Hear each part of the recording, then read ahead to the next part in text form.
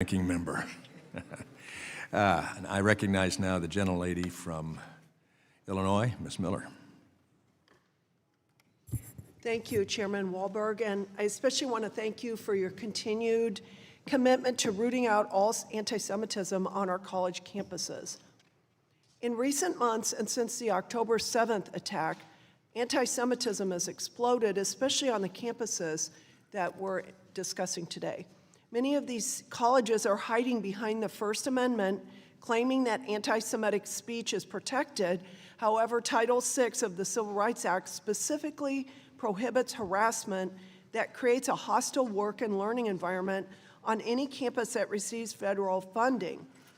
Sadly, dozens of anti-Semitic incidents have occurred in my home state of Illinois at Northwestern University, DePaul University, and the University of Illinois Urbana-Champaign. This committee has taken the lead on addressing anti-Semitism on college campuses, all to ensure that Jewish students and faculty are protected. We will continue to hold every college accountable for anti-Semitic rhetoric and acts of violence on their campuses because this hateful ideology has no place in America. So Chancellor Matos Rodríguez, a professor at the CUNY Graduate Center, Sodia Tor, referred to the terrorist group Hamas as resistance fighters.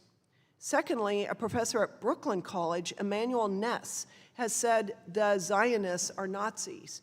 So what I want to know is how can you expect to have a safe campus for all students, faculty, and visitors when your professors publicly condone violence against Jews? Well, I have been very clear that Hamas is a horrible terrorist organization, and we have no tolerance at the City University of New York for anyone who would embrace that support of Hamas. So in light of having no tolerance, does that mean that these professors were dismissed then? And I don't know the first case of the professor. Let me just tell you that I clearly condemn the statements, and it's been my testimony here and our practice that if any member of the City University community violates our policies and our code of conduct, we will conduct an investigation, and if discipline is warranted, we will take it, and we will not hesitate to do that, and we have done so. Is this the first you're hearing about these two professors? I am not familiar with the first. The second one I'm familiar with. Was there a hearing and an investigation? And I am not familiar with the comments that you made, which I mentioned to you, I find entirely, reputable. But my commitment has always been, and our policy is that if those things come to our attention, they will be investigated and action will be taken.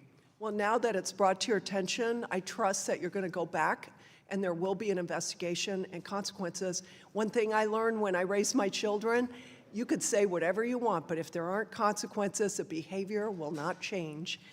Dr. Lyons, in February, the Gender and Women's Study Department at UC Berkeley hosted an event entitled Feminist and Queer Solidarities with Palestine.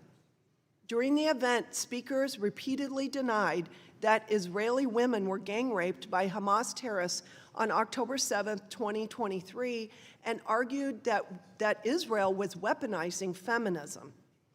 So I want to know, why was this event ever allowed on UC Berkeley's campus?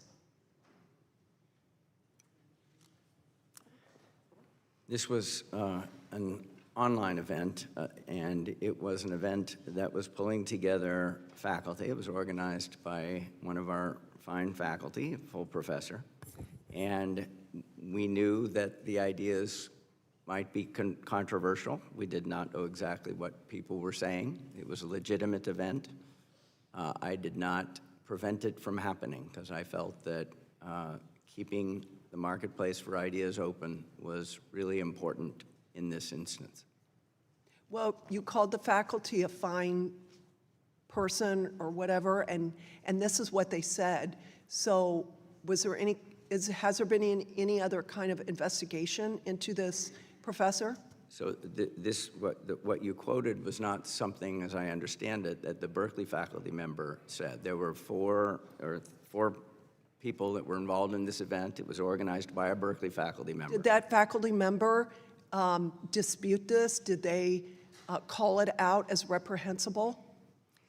They did not call it out as Okay, reprehensible. because silence it means something. So this is terrible. And I yield. I thank the gentlelady. Now I recognize the